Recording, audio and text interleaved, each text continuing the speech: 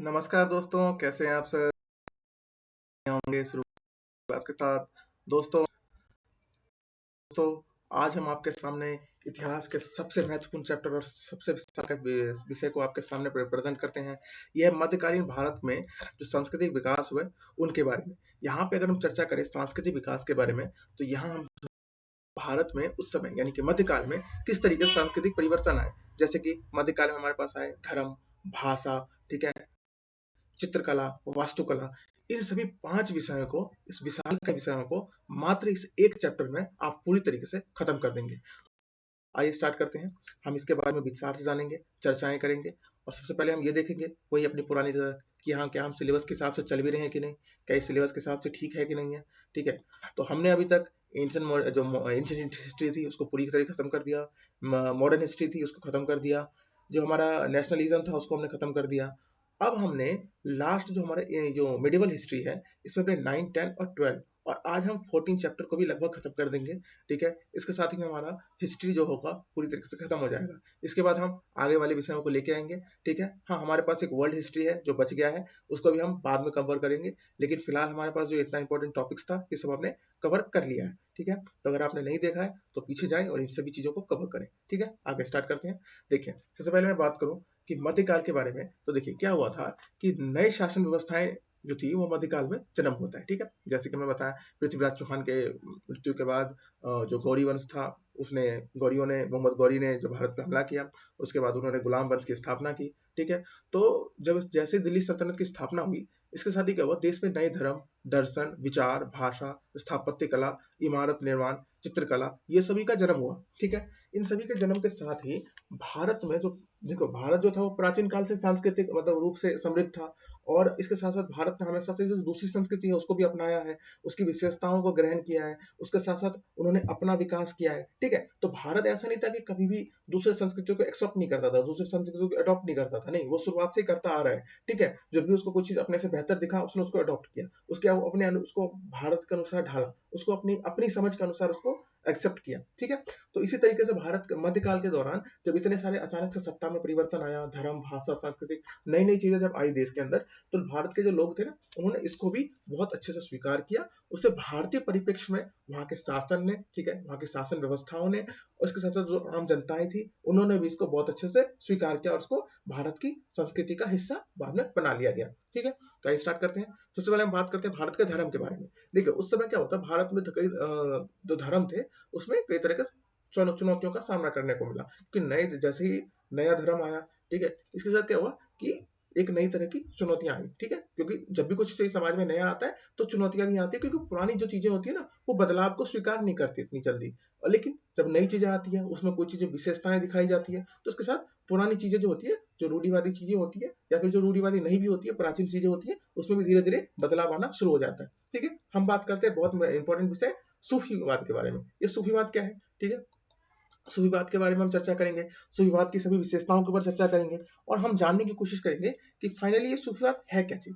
ठीक है, तो सबसे पहले हम परिचय बता देते हैं कि सूफीवाद है क्या। ठीक है, देखिए, सूफीवाद जो शब्द है, सूफीवाद से पहले हम सूफी के बारे में बताते हैं कि सूफी जो शब्द है ये इस्लाम में एक रहस्यमय धार्मिक विचार है। ठीक है, इस्लाम का एक धार्मिक विचार है। ठीक है, इसके लिए प्रयुक्त किया जाता है। ठीक है, इस्लाम का धार्मिक विचार है जिसके लिए सूफी का प्रयोग किया जाता है। ठीक है, इसमें क्या होता है कि आध्यात्मिकता की खोज, ठीक है, आध्यात्मिकता की खोज के लिए ध्यान केंद्रित किया जाता है। ठीक है, समझ गए कि हमें कुछ खोजना है, हमें आध्यात्मिक खोज करना है, हमें ईश्वर की खोज करनी है, इसके लिए हम ध्यान करेंगे, इसके लिए हम आध्यात्मिक तरीके से, हम अलग अलग तरीके से हम ईश्वर को पहचानने की कोशिश करेंगे, जैसे कि प्राचीन भारत में भी लोग इसी तरीके से खोज क्या करते थे। ठीक है, तो मतलब ईश्वर की खोज करने का एक माध्यम है, ईश्वर तक पहुंचने का एक माध्यम सूफीवाद है। ठीक है, सीखिए, सूफी संतों के बारे में बताते हैं। देखिए, यहाँ पर साफ बता हुआ है कि सूफीवाद क्या है, व्यक्ति, सूफी और ईश्वर, इन तीनों के मध्य में जो सूफी है ना, ये माध्यम का काम करता है। ठीक है, व्यक्ति को ईश्वर तक पहुंचाने में जो सूफी है वो महत्वपूर्ण भूमिका निभाता है। ठीक है, तो हम इस बात पे चर्चा करते सूफी और ईश्वर के बीच में किस प्रकार का संबंध है, यानी कि को ईश्वर तक पहुंचने में सूफी किस प्रकार से, सूफी संतों ने किस प्रकार से मदद पहुंचाई है। ठीक है, हम इसके ऊपर विस्तार से चर्चा करेंगे। देखिए, सूफीवाद की शुरुआत अगर हम बात करें, सूफी दुनिया भर में शुरू हो जाती है। ठीक है, आपको पता है 6वीं शताब्दी में इस्लाम का जन्म हुआ था, मोहम्मद पैगंबर साहब का, और उन्होंने इस्लाम धर्म की स्थापना की थी। उसके साथ साथ जो 7वीं और 8वीं शताब्दी में इसका उदय हुआ था, किसका? सूफीवाद का। ठीक है, जो सूफी संत थे, शुरुआत में जो सूफी संत थे, उनके द्वारा कहा गया कि कठिन मार्ग, मतलब हमने कठिन मार्ग को अपना करके आप ईश्वर के प्रत्यक्ष संपर्क में स्थापित कर सकते हैं। ठीक है, उन्होंने कहा, सूफीवाद के जो संत थे, शुरुआती जो संत थे, वो कहते थे कि आप कठिन मार्गों को अपनाइए। और वो कठिन मार्ग क्या है, वो सूफीवाद बताएंगे, तो सूफी लोग बताएंगे कि कठिन मार्ग क्या है। इन कठिन मार्ग के माध्यम से एक व्यक्ति जो है वो सीधा ईश्वर तक अपनी पहुंच बना सकता है। ठीक है, तो इस तरीके से उन्होंने बताया कि, और वो सूफीवाद है कि बताया क्या होता है। ठीक है, अब हम बात करते हैं सूफीवाद के बारे में। देखिए, सूफीवाद का जो मूल आधार है वो है कि ईश्वर, मनुष्य तथा उन दोनों के मध्य किस प्रकार का संबंध है। ठीक है, सूफीवाद क्या है? ईश्वर और व्यक्ति के मध्य किस प्रकार का संबंध है। जैसे कि अगर हम चिश्तियों की बात करें तो चिश्ती बताते हैं कि ईश्वर और व्यक्ति के बीच में प्रेम का संबंध है। ठीक है, लेकिन बाद में, लेकिन ईश्वर के अलावा जो दूसरे जो मतलब सॉरी हाँ, जो चिश्ती सिलसिले के अलावा जो दूसरा सिलसिला बचता है जिसका नाम है नक्शबंदी। नक्शबंदी सिलसिला कहता है कि व्यक्ति और ईश्वर के बीच में मालिक और गुलाम जैसा संबंध है। इसके बारे में हम आगे चर्चा करेंगे। तो समझ गए कि सूफीवाद किस तरीके से, सूफीवाद क्या है? सूफीवाद ये है कि जो मूल है कि ईश्वर और व्यक्ति के बीच में किस प्रकार का संबंध है, उसके बारे में बताता है। ठीक है, सूफीवाद बस इतना है कि व्यक्ति और ईश्वर के बाद किस प्रकार का संबंध है। ठीक है, समझ गया? देखिए, इनका कहना है, यानी कि सूफीवादियों का कहना है कि इंसान का जो उदय हुआ था वो रूह, कुरुवत और हुलर, समझ गए? रूह मतलब आत्मा, कुरुवत मतलब ईश्वर के निकट, और हुलूल मतलब देवी रूप से मिलना। ठीक है, तो ये तीनों रूप से बात करते हैं कि आत्मा देवता के निकट पहुंचने के माध्यम है। किसके माध्यम से? सूफियों के माध्यम से। समझ गए? तो सूफी एक माध्यम का काम करते हैं। इससे ज्यादा इनके बारे में ज्यादा जानना नहीं है, क्योंकि आपका दिमाग फिर मस्तिष्क की सीमाओं को उल्लंघन करने लगेगा। ठीक है, आगे चलते हैं, सूफी के बारे में जानते हैं। सूफी क्या है? सूफी किस तरह के व्यक्ति होते हैं? देखिए, सूफीवाद से पहले सूफी को जानना जरूरी होता है कि सूफीवाद से पहले सूफी क्या होता है। देखिए, सूफी क्या है? जिनका हृदय पवित्र हो। ठीक है, इनका मानना था कि हमारा हृदय पवित्र है अपनी, और ये इन्होंने जो चीज अचीव की है वो तपस्या के माध्यम से की है। ठीक है, खुद को पाने के लिए प्रेम के सिद्धांत से खुद को मतलब वार्तालाप करके इन्होंने इस चीजों को प्राप्त किया है। यानी कि सूफी जो है वो कैसे बन सकता है? एक व्यक्ति बन सकता है जो बहुत ज्यादा तपस्या करे। ठीक है, व्यक्तियों के तपस्या करे और प्रेम के सिद्धांत का पालन करे। इसके माध्यम से वो खुदा के साथ सीधा संपर्क स्थापित कर सकता है। ठीक है, यानी कि तपस्या के माध्यम से आप सीधा ईश्वर के साथ संपर्क स्थापित कर सकते हैं। जिसने ये संपर्क स्थापित कर लिया वो सूफी बन जाता है, और जो सूफी बन जाता है वो फिर व्यक्ति को समझा देता है कि आपको ईश्वर तक किस माध्यम से पहुंचना है। ठीक है, समझ गए? देखिए, इसमें होता है मुराद मतलब क्या होता है? शिष्य, यानी कि स्टूडेंट। ठीक है, यहाँ बात स्टूडेंट की हो रही है। स्टूडेंट कौन होगा? ईश्वर के साथ वो वार्ता करने के लिए मकतब मतलब कि विभिन्न चरणों से होकर गुजरना पड़ता है। ठीक है, सूफी कहते हैं कि सूफी अपने मुराद, यानी कि मुराद मतलब शिष्य, सूफी अपने शिष्यों से कहते हैं कि ईश्वर तक पहुंचने के लिए आपको कई सारे मतलब कदमों उठाने पड़ेंगे, कई सारे चरणों से आपको गुजरना पड़ेगा, और वो चरण कौन से? वो सूफी बताएंगे। ठीक है, इसके बाद होता है खानगाह। खानगाह क्या होता है? खानगाह कुछ नहीं होता, खानगाह एक धर्मशाला होता है। ठीक है, खानगाह मतलब उर्दू शब्द है जिसका मतलब होता है धर्मशाला। ठीक है, इसमें क्या होता है? सूफी के जो विभिन्न वर्ग थे, ठीक है, सूफी के जो अलग अलग वर्ग थे वो यहीं रहते थे, और उनके शिष्य भी थे वो यहीं रहते थे। इसी में वो अध्ययन वगैरह करते थे और चीजों को सीखा करते थे, और किस प्रकार से उनको व्यवहार करना है, किस तरीके से उन्हें रहना है, और समाज में किस तरीके से ढलना है, उस तरीके से बातें यहाँ पे खानगाह के अंदर सिखाई जाती थी। ठीक है, समय के साथ क्या हुआ, तो जो खानगा था वो शिक्षा का एक केंद्र बन गया। ठीक है, और 12वीं शताब्दी में, ध्यान से समझिएगा, 12वीं शताब्दी में इसके कई रूप में देखने को मिलते हैं। ठीक है, और जब मृत्यु हो जाती है, ठीक है, खानगा कैसे बनता है? देखिए, इनकी मृत्यु के बाद इनका जो शिष्य थे, जो गुरुओं थे वो धर्मशाला को चलाते थे। जब गुरु की मृत्यु हो जाती थी तो क्या होता था? इनका एक मकबरा बना दिया जाता था या दरगाह बना दिया जाता था, और उसके ऊपर उनके जो शिष्य होते थे, यानी कि मुरादो, और उनके जो अनुयायी होते थे वहां पे जाकर मत्था टेकते थे। और इस तरीके से परंपरा आज भी हमें देखने को मिलती है कि जगह जगह हमारे देशों में दरगाह देखने को मिल जाता है। ठीक है, तो इसका मकसद क्या था कि 12वीं शताब्दी में जब से सूफी वगैरह जो मर जाते थे, सॉरी, जो ये खानगाह में जो लोग रहते, जो खानगाह में जो गुरु रहते थे, उनकी जब मृत्यु हो जाती थी तब उन्हें दफना दिया जाता था, और वहां पे एक दरगाह का निर्माण कर दिया जाता था। ठीक है, तो आप समझ गए दरगाह और मकबरा अगर अगली बार से दिखे तो आप समझ जाएगा कि वो क्या चीज है। ठीक है, आगे चलते हैं। देखिए, 10वीं शताब्दी में इस्लाम जगत में इसका उदय हुआ। ठीक है, यहाँ विश्व स्तर पर सूफी की शुरुआत कैसे होती है? देखिए, 10वीं शताब्दी में क्या हुआ, इस्लाम जगत में इसकी शुरुआत होती है सूफी की। ठीक है, ईरान, मिस्र, सीरिया, ठीक है। इन सारे देशों में, जैसे कि ये बड़े-बड़े देश हैं, आपको पता होगा, ठीक है। इन देशों में, ये इस्लामिक दुनियाओं में सबसे पहले इनका शुरुआत हुआ। और सबसे पहले जो सूफी संत थे, उनका नाम था अल गजल, ठीक है। अल गजल कौन थे? पहले सूफी संत थे, ठीक है। इनका नाम बहुत विस्तृत ढंग से लिखा हुआ है। तो अल गजल जो थे, इनका ये सूफी संत थे, और बगदाद में इनका खानका हुआ करता था, ठीक है। यहाँ पे अपने जो मुरीद थे, उनको शिक्षा वगैरह दिया करते थे, ठीक है। समझ गए आप इनके बारे में कि पहले सूफी कौन थे? अल गजल। भारत में सूफी संत की जो स्थापना होती है ना, उसके स्थापना का शुरुआत जो श्रेय होता है, वो जाता है अल हजुआर की, अल हजू बोरी को, ठीक है।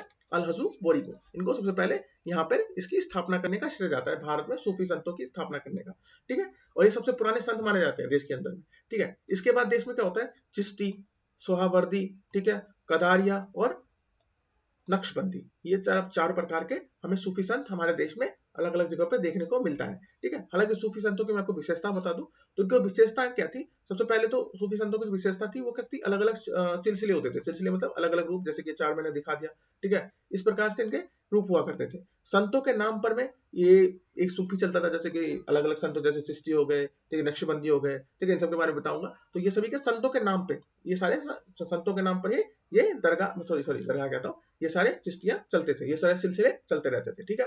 ये खुदा की प्राप्ति के लिए एक माध्यम का काम करते थे, ठीक है। माध्यम से मैंने बताया था सूफी क्या करते हैं, माध्यम का काम से करते हैं। खानगाह में ये लोग रहते हैं, संगीतमय ऊपर जिंदगी जीते हैं, ठीक है। और संगीत माने कौन सा? देखिए, भारत में ये जो कवाली सुनते हैं, इसकी शुरुआत हमें यहीं से देखने को मिलती है, ठीक है। जो ये सिलसिलेबाज थे, सिलसिलों से ही हमें भारत में कवाली जैसा एक संगीत सुनने को मिलता है, जिसकी शुरुआत यहीं पे होती है, ठीक है, ठीक है। समझ गया? तो संगीत के माध्यम से भी ईश्वर की प्राप्ति का भरोसा करता है। और दूसरा क्या है? ये चमत्कारों में विश्वास रखते हैं, ठीक है। ऐसा नहीं कि चमत्कारों में विश्वास नहीं रखते, ये चमत्कारों में पूरी तरीके से विश्वास रखते हैं। तो समझ गए? सूफी की विशेषता क्या थी? अलग अलग रूप में होते थे, संतों के नाम पे इनका संगठन बनता था, ठीक है। माध्यम का काम करते थे, खानगाह में रहते थे, और संगीत में रूप से जीवन जीते थे। संगीत जो है, वो पहले बता दूं, इस्लाम के लिए हराम है, लेकिन सूफियों के लिए काफी पवित्र चीजें मानी जाती है। उसके बाद क्या होता था? चमत्कारों में ये लोग पूरी तरीके से विश्वास रखते थे, मतलब ये पूरी तरीके से वैज्ञानिक रूप से नहीं सोचते थे, हालांकि चमत्कारों में भी इनको विश्वास था, ठीक है। आगे चलते हैं। सबसे पहले बात करते हैं चिश्ती सिलसिले के बारे में, ठीक है। मोइनुद्दीन चिश्ती ने इसकी शुरुआत कर दी, ठीक है। मोइनुद्दीन चिश्ती कौन थे? देखिए, मोहम्मद गौरी ने जब भारत पे हमला किया था, ठीक है, मोहम्मद गौरी ने जब भारत पे हमला किया, ठीक है, इसके समय ये भारत में मोहम्मद गौरी के साथ आए थे। 1206 में क्या होता है? ये अजमेर चले जाते हैं, ठीक है, अजमेर में अपनी दरगाह बना लेते हैं, ठीक है। और 1935 जब 1235 में इनकी मौत हो जाती है, उसके साथ ही यहाँ पे दरगाह की स्थापना हो जाती है, क्योंकि इनकी मृत्यु हो गई है। 15वीं शताब्दी के अंदर में मालवा का जो एक राजा होता है, ठीक है, मोहम्मद खिलजी, उसने क्या किया? यहाँ पे मस्जिद और गुंबद बना दिया। ये देखिए, ये रहा मस्जिद, ये है गुंबद, इसकी स्थापना उन्होंने कर दी, ठीक है। अकबर ने के द्वारा भी चिश्तियों को संरक्षण मिला, ठीक है। अब क्या होता है? इतना सब कुछ होने के बाद चिश्ती की कुछ जो होती है मान्यताएं होती है। कौन कौन सी मान्यताएं? मतलब उनकी शिक्षाएं के ऊपर। पहला होता है प्रेम के माध्यम से, जैसे कि ये क्या करते हैं? ये कहते हैं कि प्रेम के माध्यम से हम ईश्वर तक पहुंच सकते हैं, ठीक है। ये सहनशीलता की बात करते हैं, ये कहते हैं कि सबकी भलाइयां होनी चाहिए। सहनशीलता मतलब सभी धर्म आपस में मिलकर काम करें। सहिष्णुता है, हालांकि सहनशीलता किसने लिख दिया? खैर छोड़िए, कोई नहीं। हिंदू संतों की यहाँ पे संपर्क की बात करते हैं। हिंदू जो धर्म है, हिंदू संत थे, उनके साथ इनका संपर्क काफी बेहतर ढंग का। और सबसे इंपॉर्टेंट जो रहा है आज तक के भारत के इतिहास में, वो रहा है सामान्य भाषा। यानी कि देश में आप ज्यादातर, आप मतलब मान लीजिए ये जो चिश्ती थे, जिस जगह से आए थे, अगर ये वहां की भाषा अगर ये शुरू कर देते, तो आम व्यक्ति ने समझ ही नहीं पाता, और जब व्यक्ति ने समझ नहीं पाता तो कोई इनसे जुड़ नहीं पाता। तो उन्होंने क्या किया? अपने इस सिलसिले को बढ़ावा देने के लिए उन्होंने सामान्य भाषा का प्रयोग किया, जो आम लोगों की भाषा होती है, जो आम लोगों को समझ में आने लगती। तो उससे क्या हुआ? लोग इनके साथ जुड़ने लग गए, ठीक है। अच्छा, दिल्ली में इसकी शुरुआत किसने की? दिल्ली में इसकी शुरुआत की कुतुबुद्दीन बख्तियार काकी ने। आपने दिल्ली में कोई कुतुब मीनार देखा है? कुतुब मीनार की जो स्थापना है, जिनके जिनके इंस्पायर होकर, मतलब जिनसे प्रभावित होकर के इनकी स्थापना की गई थी, वो थे कुतुबुद्दीन बख्तियार काकी के द्वारा, ठीक है। समझ गए? तो दिल्ली में इसकी स्थापना यही करते हैं, ठीक है। इनके समय क्या होता है? ये इसलिए दिल्ली आ जाता है अचानक से, क्योंकि उस समय क्या होता है कि जो मंगोल होते हैं ना, उनका आक्रमण अचानक से पड़ने लग जाता है, ठीक है, पश्चिमी हिस्से में। तो वहां से सुरक्षा प्राप्ति के लिए ये यहाँ पे आ जाते हैं। हालांकि उस टाइम पे दिल्ली के अंदर भी जो सिलसिले होते हैं, ये अलग अलग सिलसिले, जैसे कि सोहरावर्दी होता है, तो वो इनका विरोध करता है कि नहीं, ऐसा नहीं होना चाहिए, लेकिन फिर भी इन्हें संरक्षण मिल जाता है, ठीक है। समझ गए इतना? देखिए, इसके बाद क्या होता है कि जो चिश्ती होते हैं ना, चिश्ती की जिंदगी में सबसे इंपॉर्टेंट जो चीजें होती है, वो होती है सादगी, गरीबी भी उन्मूलन, मतलब गरीबों की मदद करना, और खुदा के प्रति निस्वार्थ समर्थन, ये उनकी सबसे इंपॉर्टेंट चीजें होती है, उनको इंपॉर्टेंट विशेषता होती है। दूसरी बात क्या होता है, ये भौतिक जो जीवन होता है ना उसको त्यागने की बात करते हैं, यानी कि भौतिक चीजें जिनको देखने से हमें अच्छा लगे, ठीक है, मान लीजिए हमें पिक्चर देखने से अच्छा लगे, संगीत देखने से अच्छा लगे, तो इन सब चीजों को वो रोकने की कोशिश करते हैं, कहते हैं नहीं, इन चीजों पर ध्यान अपना केंद्रित करना कम करो, ठीक है। इसी बीच सबसे इंपॉर्टेंट जो हमारे पास चिश्ती बनते हैं वो बनते हैं ख्वाजा मुजाहिदुद्दीन चिश्ती, ठीक है, ख्वाजा मोइनुद्दीन चिश्ती, ठीक है, ये सबसे इंपॉर्टेंट व्यक्ति होते हैं, ठीक है। इन्होंने क्या किया, खुदा को पाने के लिए सर्वोच्च तरीका, जो सबसे ऊंचा तरीका है, वो है असहाय लोगों की मदद कीजिए, ठीक है। ये कहते हैं कि मोइनुद्दीन चिश्ती जो कहते हैं कि अगर आपको खुदा तक पहुंचना है, यानी कि ईश्वर तक पहुंचना है, तो आप जो असहाय व्यक्ति हैं उनकी मदद कीजिए, आप अपने आप ही खुदा तक पहुंच जाएंगे। भूखे लोगों को खाना खिलाइए, जो मजबूरी लोग हैं उनकी सेवा कीजिए, ठीक है, इनका ही मानना होता है, ठीक है। सल्तनत काल में जो निजामुद्दीन औलिया होते हैं ना, ये देखिए नीचे, ये भी चिश्ती सिलसिला से जुड़े होते हैं, कौन, निजामुद्दीन औलिया जी, ठीक है। निजामुद्दीन औलिया चिश्ती संप्रदाय से जुड़े होते हैं और वह सल्तनत काल में दरबार में से कोई भी संपर्क रखना नहीं चाहते। देखिए, ये चिश्तियों की पहली खासियत होती है कि चिश्ती क्या करते हैं, जितने भी चिश्ती सिलसिले होते हैं, ये जितने भी राजा होते हैं ना, इनसे संपर्क नहीं रखते, ठीक है। और ये किसी भी राजा से धन संपदा आदि लेने के सख्त खिलाफ होते हैं। ये कहते हैं कि हम किसी भी राजा से धन संपदा नहीं लेंगे, हम केवल उन आम व्यक्तियों से लेंगे जो हमारे पास मत्था टेकने आते हैं, ठीक है, हम केवल उन्हीं से लेंगे और राजा हमें कोई भी धन संपदा ना अदा करे, ठीक है। नसरुद्दीन जो सॉरी हाँ, नसरुद्दीन औलिया जो थे, निजामुद्दीन औलिया, इन्होंने भी इस तरह की बात की, ठीक है, समझ गया। इन्होंने भी इस तरीके से, और खास करके जो दरबार में जो राजनीतिक सक्रिय था उसको भी अपनाया, ठीक है। ये कहते हैं निजामुद्दीन औलिया साहब कि जो दरबार में जो राजनीति चल रही है ना, हम उसको स्वीकार करेंगे, लेकिन दरबार के अंदर का जो धन है वो हम स्वीकार नहीं करेंगे, ठीक है, समझ गए। तो ये इनका इंपॉर्टेंट हिस्सा हुआ करता था। अच्छा, दक्कन में भी फिर चिश्ती सिलसिला बढ़ा, किसके कारण, दक्कन में सबसे पहले बात करते हैं बहरुद्दीन जो गरीब थे ना, शेख बहरुद्दीन गरीब, इन्होंने इसकी शुरुआत की थी दक्कन में, ठीक है। और जो सबसे इंपॉर्टेंट व्यक्ति बने थे वो बने थे मोहम्मद बांका बहादुर, ठीक है, समझ गए।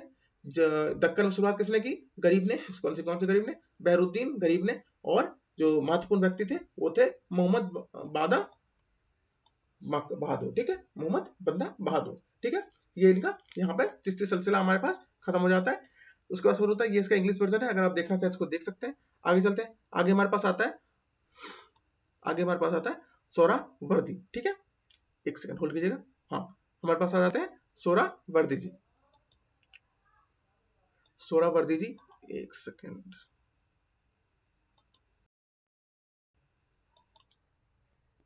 तो सोहरावर्दी होती है ना, वो भारत में नहीं होती, वो होती है बगदाद में, वो होते हैं सियाबुद्दीन सोहरावर्दी जी के द्वारा, ठीक है। भारत में इसकी शुरुआत करते हैं बहरुद्दीन जाकिया जी, ठीक है, कहाँ पे, पंजाब में, ठीक है। और इन्हें ये सबसे पहले जो होते हैं ना करते हैं कि जो दान है ना वो लेना चाहिए, किससे, सल्तनत सुल्तानों से हमें दान लेना चाहिए और इस दान को हमें गरीबों में बांटना चाहिए। हालांकि चिश्ती क्या करते हैं, इसके खिलाफ होते हैं, लेकिन जो सोहरावर्दी होते हैं वो इसका समर्थन करते हैं, ठीक है। इल्म और रहस्यों को जो समन्वय होते हैं इसकी वकालत करते हैं, किसके लिए, इल्म मतलब होता है बुद्धि, रहस्य मतलब होता है जो ईश्वर के द्वारा अपनाया गया एक तरीका होता है, ठीक है। तो इन दोनों को वे एक साथ रखने की बात करते हैं कि आप बुद्धि का भी इस्तेमाल करिए और इसको भी स्वीकार कीजिए, ठीक है। धार्मिक विश्वास के बाहर, मतलब इनका मानना था ये पूरी तरीके से जो थे ये चिश्ती के खिलाफ ही एक तरीके से काम कर रहे थे, ठीक है। आगे चलते हैं, आगे हम बात करते हैं नक्शबंदी के बारे में, नक्शबंदी सिलसिले के बारे में, ठीक है। तो सोहरावर्दी आप समझ गए, सोहरावर्दी की शुरुआत किसने की थी, सोहरावर्दी की शुरुआत करते सियाबुद्दीन ने, ठीक है। भारत में इसके बहरुद्दीन जाकियार ने इसकी शुरुआत की थी, सुल्तान से दान का समर्थन करते हैं, सिर्फ 3 चीजें याद रखने, सोहरावर्दी, ठीक है, सियाबुद्दीन ने इसकी शुरुआत की थी, बहरुद्दीन जाकिया भारत से थे, और सुल्तान जो थे वो दान के समर्थन, मतलब सुल्तान के दान का समर्थन करते थे। बस 3 चीजें आपको याद रखनी है, इससे ज्यादा नहीं जाना। तो चलो चौथा करते हैं नक्शबंदी सिलसिला। नक्शबंदी सिलसिला पहला सिलसिला होता है जो मतलब रूढ़िवादी इस्लाम की बात करता है, ये पूरी तरह से रूढ़िवादी होते हैं, ठीक है। भारत में इसकी शुरुआत करते हैं बहरुद्दीन ख्वाजा बहरुद्दीन नक्शबंदी, ठीक है, ये इसकी शुरुआत करते हैं। ये बिल्कुल अकबरकालीन होता है, ठीक है, ये इसकी स्थापना भी करते हैं और ये अकबरकालीन होते हैं, ठीक है, समझ गया कि अकबर के समय इनकी शुरुआत होती है, ठीक है। ये पहले बात करते हैं, ये करते हैं कि शरिया का अनुपालन होना चाहिए, यानी कि एक इस्लामिक कानून, देखिए इस्लामिक किताब जो होती है उसे शरिया कहते हैं, तो ये कहते हैं कि शरिया के जो कानून है ना उसका पालन होना चाहिए, ठीक है। अगला होता है शेख अहमद सरहिंद, ठीक है, शेख अहमद सरहिंद, ये दूसरे सबसे महत्वपूर्ण व्यक्ति होते हैं जो यहाँ पे इस सिलसिले में सबसे पॉपुलर होते हैं, ठीक है। ये सम यानी कि संगीत सुनने सियाओं के दरबार में जाने, ये कौन से होते हैं, ये सुन्नी होते हैं, ठीक है, सिया सुन्नी का आपको पता होगा, और हिंदुओं के साथ संबंध रखना का ये विरोध करते हैं, साथ में अकबर की जो उदार नीतियां होती है ना, जिसमें वो जजिया वगैरह कर को मतलब खत्म कर देते हैं, उसका विरोध भी करते हैं, ठीक है, सरहिंसा, ठीक है। और ये खुदा और ईश्वर का जो संबंध है ना, वो जैसे चिश्तियों ने बताया था कि वो संबंध प्रेम का है, ये कहते हैं प्रेम नहीं है बल्कि मालिक और गुलामों जैसा संबंध है दोनों के मध्य में, ठीक है। ये इनकी भी बात, इस बातों को ये चर्चा में लाते हैं, ठीक है। तो इन्होंने स्वयं को इस्लाम, स्वयं की जो विचारधारा है उसको उन्होंने कहा कि अगर मेरी इस विचारधारा को आप स्वीकार कर लेते हैं तो इस्लामिक जो होगा वो तब वो एक स्वर्णिम युग में पहुंच जाएगा, और जो दिल्ली सल्तनत है, वो जो दिल्ली है, सॉरी जो भारत है, वो एक स्वर्णिम युग में पहुंच जाएगा अगर आप हमारी बात को स्वीकार करते हैं। और उसको उन्होंने कहा मजादीन कहा, ठीक है, उस शब्द को क्या कहा, मजादीन, ठीक है। आप इस शब्द को लिख लें, मजादीन को, ठीक है, मजादिद, ठीक है। आगे चलते हैं, देखिए इसके बाद क्या होता है, हमारे पास आता है कदारिया सिलसिला, ठीक है, कदारी सिलसिला। इसकी शुरुआत किसने की, इसकी शुरुआत की है शेख अब्दुल कादिर ने। शेख अब्दुल कादिर ये इतने इंपॉर्टेंट व्यक्ति हैं कि आप समझ सकते हैं ये भी अकबर कालीन होते हैं। यहाँ के जो प्रसिद्ध होते हैं ना, तो प्रसिद्ध संत, वो होता है मियाँ मीर। मियाँ मीर के दो शिष्य होते हैं, जहांगीर अकबर के पुत्र और दारा। दारा के भी ये गुरु होते हैं। दारा कौन थे, जहांगीर के बड़े भाई, ठीक है, जहांगीर के बड़े भाई दारा सिकोई और आज जहांगीर, ये दोनों ही मियाँ मीर के शिष्य होते हैं, यानी कि मियाँ मीर इनके टीचर होते हैं। ये कहाँ से थे, ये कदारिया सिलसिला से थे, ठीक है। ये दो इंपॉर्टेंट चीजें। तीसरा क्या है कि शाहबद कश्मी जो थे ना, शाहबद कश्मी, ये नास्तिकों का भी समर्थन करते हैं। इस्लाम में ऐसे बहुत कम देखा गया कि कोई इस्लामिक नास्तिकों का समर्थन करे, बल्कि ये नास्तिकों का समर्थन करते हैं। और ये कहते हैं कि जो ये नास्तिक लोग हैं ना, ये जो नास्तिक है, ये जो सच को जानकर सबसे बड़े आस्तिक बन जाते हैं। मतलब ये जो नास्तिक लोग हैं, अगर इन्हें सच को अगर इन्हें दिखा दिया जाए तो ये सबसे बड़े आस्तिक भी यही बन सकते हैं, जबकि जो आस्तिक है उसे अगर सच दिखा भी दिया जाए तब भी वो उतना बड़ा आस्तिक नहीं बन सकता, ठीक है। तो ये नास्तिकों का भी समर्थन करते हैं और कहते हैं कि नास्तिक होना चाहिए। तो मध्यकाल में हमें दो अलग प्रकार की विचारधाराओं को देखने को मिला, ठीक है, जहां एक तरफ कट्टरपंथी था, दूसरी तरफ उदारवाद था। ये दोनों ही विचारधारा धार्मिक विचारधारा है, हमें इस्लाम में देखने को मिलता है, ठीक है। इसके बाद हम चलते हैं आगे भक्ति आंदोलन के बारे में, ठीक है। भक्ति आंदोलन हिंदू धर्म में चलता है और सबसे इंपॉर्टेंट देखने को उस टाइम देखने को मिलता है, ठीक है। इसका परिचय अगर हम चर्चा करें, देखिए ये सबसे पहले बात करते हैं व्यक्तिवादी कल्याण के ऊपर, ठीक है। व्यक्तिवादी कल्याण सबसे बड़ी मतलब सर्वशक्तिमान है, ठीक है, यानी कि ईश्वर तक हमें पहुंचने के लिए किसी मिडिल मैन की जरूरत नहीं है, हमें किसी पुजारी की जरूरत नहीं है, हम अपने आप में स्वीकृत हैं, ठीक है। हमें ईश्वर तक सीधा आपस में संपर्क करने के लिए किसी भी व्यक्ति की या मतलब किसी भी ईश्वर की जरूरत है नहीं, ऐसा भक्तिवाद आंदोलन के दौरान कहा गया था, ठीक है। उन्होंने कहा था कि ईश्वर के प्रति समर्पण भाव, लोकप्रियता, ठीक है, की बात करते हैं। इसकी शुरुआत जो होती है ना, ये भक्ति आंदोलन के पहले, भक्ति आंदोलन की शुरुआत से पहले अगर हम जाए तो प्राचीन भारत में भी इस तरह की चीजें हो चुकी है, ऐसा नहीं है कि पहले नहीं हुआ है। भारत में हमें हिंदू, बौद्ध और जैन धर्मों में भी इस तरह की चीजें देखने को मिली थी, जिसके कारण हिंदू धर्म का जो कुछ हिस्सा था वो बौद्ध और जैन और इसके अलावा 62 और भी कई सारे संप्रदायों में बट गया था उस समय 6वीं शताब्दी के आसपास। तो ये तो हो गया प्राचीन भारत के बारे में। मध्यकालीन भारत में भी इसके ऐसे ही परिणाम हमें देखने को मिलता है। यहाँ पर सबसे इंपॉर्टेंट बात जो होती है ना, वो होती है धार्मिक समानता के बारे में और व्यक्तिगत स्तर पर सामाजिक प्रतिभा प्राप्त हो सके, ठीक है, समझ गया। व्यक्तिगत धार्मिक समानता और व्यक्तिगत समानता की बात यहाँ पर भक्ति आंदोलन में की गई है, ठीक है। भक्ति आंदोलन ने सबसे पहले क्या किया, जितने भी रूढ़िवादी ब्राह्मणों का जो प्रसार था ना, इसको खत्म किया, ठीक है, रूढ़िवादी ब्राह्मणों का प्रसार खत्म किया।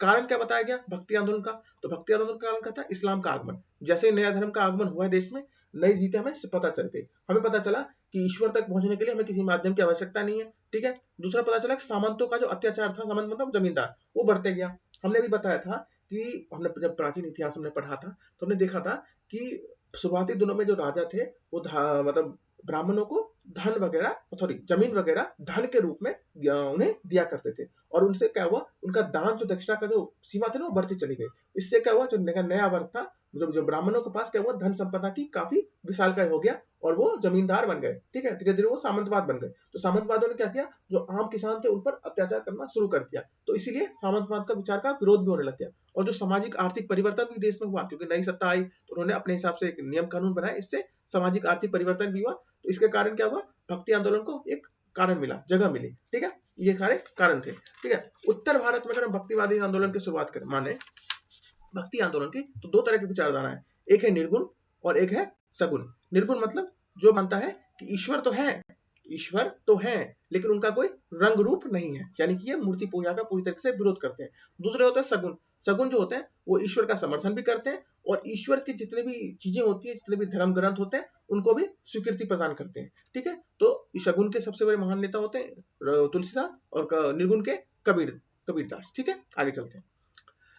हम बात करते हैं एक ईश्वरवाद की, जिसके सबसे प्रमुख होते हैं कबीरदास जी। ठीक है, कबीरदास जी इसके सबसे प्रमुख व्यक्ति माने जाते हैं। ठीक है, उत्तर भारत में कबीर जी होते हैं, वो प्रमुख संत होते हैं। और उन्होंने क्या किया, उन्होंने इनके बारे में मतलब समझ लीजिए इतने प्रसिद्ध व्यक्ति हैं, इनके बारे में गुरु ग्रंथ साहिब, जो कि सिख धर्म का सबसे मतलब पहला ग्रंथ और सबसे महत्वपूर्ण ग्रंथ है, उनकी धार्मिक किताब है, उसमें भी इनके दोहों को वर्णन किया गया है, इनके बारे में विस्तार से लिखा गया है। ठीक है, जो अन्य व्यक्ति थे वो थे रैदास, गुरु नानक जी जिन्होंने सिख धर्म की स्थापना की थी, और धन्ना। ठीक है, ये तीन अन्य व्यक्ति होते हैं जो एक ईश्वरवाद का समर्थन करते हैं। इनका शिक्षाएं क्या होती है एक ईश्वरवाद की? इनका विचार होता है कि विचारों में एकता। ये सभी जो जितने भी व्यक्ति होते हैं ना, इन सभी के विचार क्या होते हैं, आपस में मिलते जुलते रहते हैं। व्यक्तिगत अनुभव, ये कहते हैं कि व्यक्तिगत अनुभव के माध्यम से होना चाहिए, यानी कि ईश्वर के प्रति जो व्यक्तिगत अनुभव है वो निर्गुण भक्ति से संतों से विशेषता होती है। मतलब ये व्यक्ति कहते हैं कि अगर आप सीधा ईश्वर के साथ संपर्क करेंगे तो आपको अच्छा सा अनुभव मिलेगा, ना कि आप किसी माध्यम के थ्रू जाएंगे तो। ठीक है, तीसरा क्या होता है कि जातिवाद का विरोध करते हैं और मूर्ति पूजा का विरोध करते हैं। ठीक है, इसके बाद क्या होता है, ये सामान्य भाषा का प्रचार करते हैं। सामान्य भाषा का प्रचार जो होता है वो सबसे महत्वपूर्ण रखता है किसी भी चीजों में। ठीक है, कविताओं के माध्यम से ये इसका प्रचार करते हैं। तो सामान्य भाषा जो होती है ना वो सबसे महत्वपूर्ण रखता है। चाहे किसी भी धर्म का प्रचार करें, किसी भी भाषा का प्रचार करें, किसी व्यापार का प्रचार करें, तो वहां की जो आम भाषा होती है वो व्यक्ति को आपस में कनेक्ट करने में बहुत महत्वपूर्ण भूमिका निभाती है। ठीक है, आगे चलते हैं। आगे बात करते हैं हम वैष्णव भक्त के बारे में। वैष्णव भक्त कौन होते हैं? जो विष्णु और उनके अवतारों की पूजा करते हैं। ठीक है, उन्हें हम वैष्णव भक्त कहते हैं। ठीक है, सबसे पहले अगर हम बात करें तो रामानंद की बात करते हैं। ये रामानंद जो होते हैं ना, ये उत्तर भारत में सबसे पहले मतलब भारत में विष्णु की जगह राम को लाते हैं और उनकी पूजा करते हैं। ठीक है, वो सीताराम की उपासना पर बल देते हैं, इसीलिए उन्हें उत्तर भारत में राम की उपासना के जनक माने जाते हैं। किनको? रामानंद को राम की उपासना के जनक माने जाते हैं। ठीक है, आपने रामायण सीरियल तो देखा होगा। ठीक है, उनके जो डायरेक्टर होते हैं, प्रोड्यूसर होते हैं, उनका नाम भी होता है रामानंद सागर। ठीक है, तो आप ऐसा याद रखें कि एक तो रामानंद जी वो थे जिन्होंने मध्यकालीन भारत में राम को इतना प्रसारित किया। दूसरे आधुनिक भारत में रामानंद सागर जी थे, वो भी रामानंद ही है। उनका नाम भी पता नहीं किस तरीके से इतना यूनिक रखा गया कि इस तरीके से उन्होंने देखा उत्तर भारत में भी धर्म का प्रचार भी मतलब राम का उपासना भी उनके द्वारा ही शुरू कर दिया गया था। ठीक है, सबसे इंपॉर्टेंट दूसरे व्यक्ति होते हैं वो होते हैं कालिदास जी। ये रही उनकी पिक्चर। कालिदास जी ने जो रामचरितमानस लिखा है उसमें किसी को कोई डाउट ही नहीं है। ठीक है, तो ये दोनों व्यक्ति कौन होते हैं? ये राम के उपासक होते हैं। आगे चलते हैं, आगे जाता है बल्लभाचार्य जी, ये कृष्ण के उपासक होते हैं। ठीक है, बल्लभाचार्य जी कौन होते हैं? ये कृष्ण के उपासक होते हैं। ठीक है, और कृष्ण को लोकप्रियता की बात करते हैं। अन्य होते हैं वो सूरदास होते हैं और मीराबाई होती है। इसमें ही बल्लभाचारी जी में जो कृष्ण के भक्त होते हैं, बल्लभाचारी के अलावा दो व्यक्ति और होते हैं, एक होते हैं सूरदास जी, ठीक है, और एक होते हैं मीराबाई जी। ठीक है, ये दोनों भी इसी की तरह कृष्ण भक्त होते हैं। अगर आप नहीं लिख रहे हैं तो लिख लीजिए सूरदास और मीराबाई। ठीक है, ये दोनों भी कृष्ण भक्त हैं। आगे चलते हैं, हम बात करते हैं बंगाल में। बंगाल में एक व्यक्ति होते हैं जिनका नाम होता है जयदेव। ये कृष्ण और राधा के उपासक होते हैं। ठीक है, कौन? जयदेव जी। ठीक है, और इसी टाइम पे सबसे महत्वपूर्ण व्यक्ति बन जाते हैं वो है चैतन्य महाप्रभु। ये भी कृष्ण अवतार की ही पूजा करते हैं। ठीक है, और भक्ति आंदोलन को ये सुधारवादी आंदोलन की तरफ लेके चले जाते हैं। कौन? चैतन्य महाप्रभु। क्यों? क्योंकि इन्होंने जाति व्यवस्था पे बहुत विस्तार तरीके से चोट पहुंचाई थी और भागवत पुराण में सबको एंट्री दिलवाई थी। ठीक है, मतलब भागवत में सभी व्यक्ति इसको सुन सकते हैं। ठीक है, इसलिए चैतन्य महाप्रभु एक भक्ति आंदोलन में के साथ साथ एक समाज सुधारक विचारक भी माने जाते हैं। ठीक है, महाराष्ट्र में जो है ना, महाराष्ट्र में यहाँ पे क्या था, भागवत पुराण तथा शिव नरमपंथियों के जो थे, इन दोनों में एक टकरार चल रहा था। तो इसको शुरू किया था महाराष्ट्र में ज्ञानेश्वर ने। ज्ञानेश्वर ने क्या किया था, भगवती जो गीत थे ना उसमें जातिवाद का विरोध किया। ठीक है, इससे इनकी बहुलता बची और प्रभु के पाने के लिए बल पर उन्होंने काम किया। ठीक है, उन्होंने क्या किया, भागवत पुराण के ऊपर विशेषता के ऊपर जान दिया और जातिवाद का विरोध भी किया। अगले व्यक्ति बनते जाते हैं वो होते हैं संत नामदेव। ठीक है, संत नामदेव होते हैं अन्य व्यक्ति। इन्होंने क्या किया, बरकरारी परंपरा की शुरुआत की। बरकरारी परंपरा कुछ खास नहीं है, ये वैष्णवी परंपराओं का ही एक रूप है। ठीक है, ठीक है, वैष्णवी भक्ति परंपरा का ही एक रूप है। ठीक है, नामदेव ने बरकरारी परंपरा शुरू कर दी। ठीक है, अगले व्यक्ति बनते हैं सोनार, तुकाराम, एकनाथ और चौका। ये चार इंपॉर्टेंट व्यक्ति होते हैं, जिसमें तुकाराम जो होते हैं वो शिक्षा का संघ बनाते हैं और उसके माध्यम से धर्म प्रचार करते हैं, और एकनाथ जो होते हैं वो मराठी भाषा में इसका बहुत ज्यादा प्रचार प्रसार करते हैं। ठीक है, आगे चलते हैं। वैष्णव के बाद हम बात करते हैं सिख धर्म के बारे में। ठीक है, सिख धर्म के संस्थापक है गुरु नानक देव जी। कोई विस्तार से कोई इनकी बारे में, जब ऐसा कोई व्यक्ति नहीं होगा देश में जो इनके बारे में नहीं जानता होगा। ठीक है, इनके 3 प्रमुख गुण होते हैं। कौन होते हैं? एक होता है गुरु, शब्द और संगत। ये इनके 3 प्रमुख तत्व होते हैं। क्या होता है? गुरु का मतलब होता है, गुरु का मतलब होता है आपके चमत्कारी नेतृत्व, यानी कि सिख धर्म में एक व्यक्ति जो चमत्कारी नेतृत्व का काम करेंगे। ठीक है, दूसरा होता है संपद, यानी कि सारे कार्य जितने भी सिख धर्म में काम होंगे वो सब विचार विमर्श के माध्यम से होगा, कोई एक व्यक्ति इसके अंदर नहीं आएगा। ठीक है, उसके बाद होते हैं संगत, के बाद होता है संगत। संगत क्या होता है? संगत होता है कि आपस में सब संगठित होकर काम करेंगे। ठीक है, मतलब सभी एक ही साथ विचार रखेंगे और आपस में सब संगठित होकर काम करेंगे। ठीक है, इनकी शिक्षाएं क्या क्या थी? ठीक है, गुरु नानक जी की शिक्षाएं क्या क्या थी? शिक्षा थी कि ये मूर्ति पूजा का विरोध करते थे, तीर्थ यात्रियों का विरोध करते थे। तीर्थ यात्री जो हम लंबी लंबी यात्राएं करते हैं उसका भी विरोध करते हैं, ये अवतारवाद के सिद्धांतों का विरोध करते हैं, ये कर्मकांड का विरोध करते हैं और मोक्ष की प्राप्ति पर बल देते हैं। ये मोक्ष की प्राप्ति क्या है? ठीक है, बहुत बार आपने सुना होगा मोक्ष की प्राप्ति, मोक्ष की प्राप्ति। मोक्ष की प्राप्ति कुछ नहीं है, जो व्यक्ति इस धरती पर आया है उसको जीवन से एक बार जीना होगा और एक बार मरना होगा। मृत्यु के बाद उसका फिर से जन्म होता है, जिसको हम पुनर्जन्म कहते हैं। तो जो ये पुनर्जन्म का जो चक्र है ना, ये बार बार चलता है। ठीक है, अगर हम मोक्ष की प्राप्ति कर लेते हैं तो ये पुनर्जन्म का चक्र हमें नहीं मिलेगा और व्यक्ति जीवन में आकर के हमें उन दुखों का सामना नहीं करना पड़ेगा जो एक व्यक्ति को करना पड़ता है। ठीक है, तो इसके बाद इसको कहते हैं मोक्ष की प्राप्ति मिलना, यानी कि एक व्यक्ति उन दुखों को दोबारा नहीं जिएगा जो वो एक बार जी चुका है। और ये केवल भारतीय धर्मों में होता है, यानी कि जितने भी धर्म जिनका उदय भारत में हुआ है उन सभी के सभी में मोक्ष की प्राप्ति पर बल दिया जाता है, चाहे वो हिंदू हो, बौद्ध हो, सिख हो या फिर जैन हो। ठीक है, इन सभी में हमें इस तरह की बातें देखने को मिलती है और किसी धर्म में मोक्ष प्राप्ति की बातें इतनी विस्तार ढंग से नहीं बताई गई है। ठीक है, आगे चलते हैं। इनकी बात होती है, इनकी बात ये जो कुछ और चीजों की बात करते हैं, ये होते हैं हलाल के बारे में। ये हलाल क्या है? हलाल है ईमानदारी की कमाई।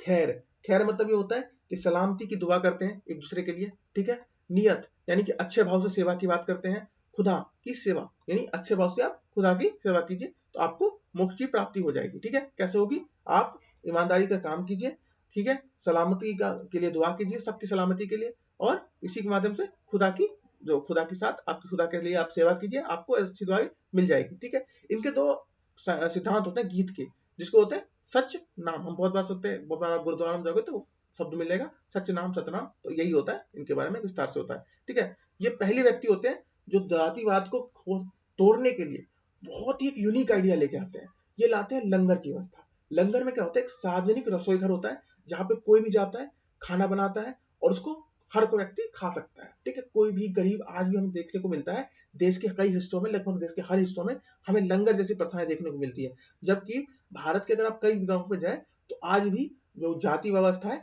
वो हमें देखने को मिल जाएगा। ठीक है, उन चीजों में, लेकिन लंगर ऐसी व्यवस्था है जिसमें कि हमें ये चीजें देखने को मिलती है जहां पर सभी मतलब अलग अलग ढंग से कार्य करते हैं। ठीक है, समझ गया लंगर व्यवस्था के बारे में। ठीक है, लंगर व्यवस्था में क्या होता है? एक सार्वजनिक रसोई है जहां पर हर व्यक्ति जाएगा, खाना बना सकता है और हर व्यक्ति उसको खा सकता है। ठीक है, बस बनाना और खाना आना चाहिए। ठीक है, आखिरी गुरु होते हैं गुरु गोविंद सिंह, ये 10वें गुरु होते हैं जो खालसा पंथ की स्थापना करते हैं। ठीक है, ये पहले गुरु कौन होते हैं? गुरु गोविंद सिंह। आखिरी गुरु होते हैं 10वें गुरु गोविंद सिंह। अच्छा, गुरु गोविंद सिंह क्या करते हैं? खालसा पंथ की स्थापना करते हैं ताकि जो ये गुरु नानक देव जी के द्वारा जो गुरु सिख धर्म शुरू किया गया था उसके अंदर कई खामियां थी, उन्हीं खामियों को दूर करने के लिए खालसा पंथ की शुरुआत करते हैं। ठीक है, और इसके बाद जो 11वें गुरु ये बनाते हैं गुरु गुरु ग्रंथ साहिब को, यानी कि जो किताब है वो हमारा आखिरी गुरु है। इसके बाद गुरु शिष्य परंपरा खत्म हो जाती है। सिख धर्म के बारे में बता दूं आपको कि इनके जो 5वें गुरु होते हैं गुरु अर्जुन देव जी, उनको जहांगीर द्वारा इनकी मृत्यु का इनको हत्या कर दी जाती है, क्योंकि जहांगीर जब ये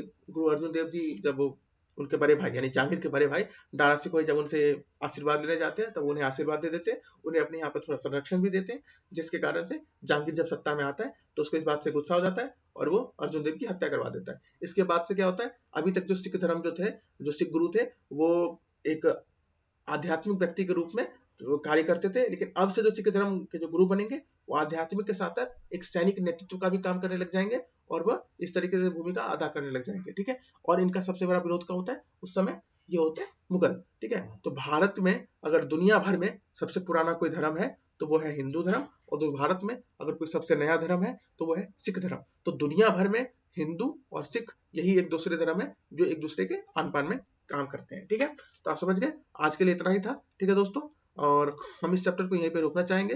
अगर आपको हमारा टॉपिक पसंद आएगा तो हमें लाइक करें, चैनल को जय हिंद। और हमारे अगले वाले टॉपिक्स में हम अभी भाषा, धर्म, संगीत इन चीजों पे भी चर्चाएं करेंगे।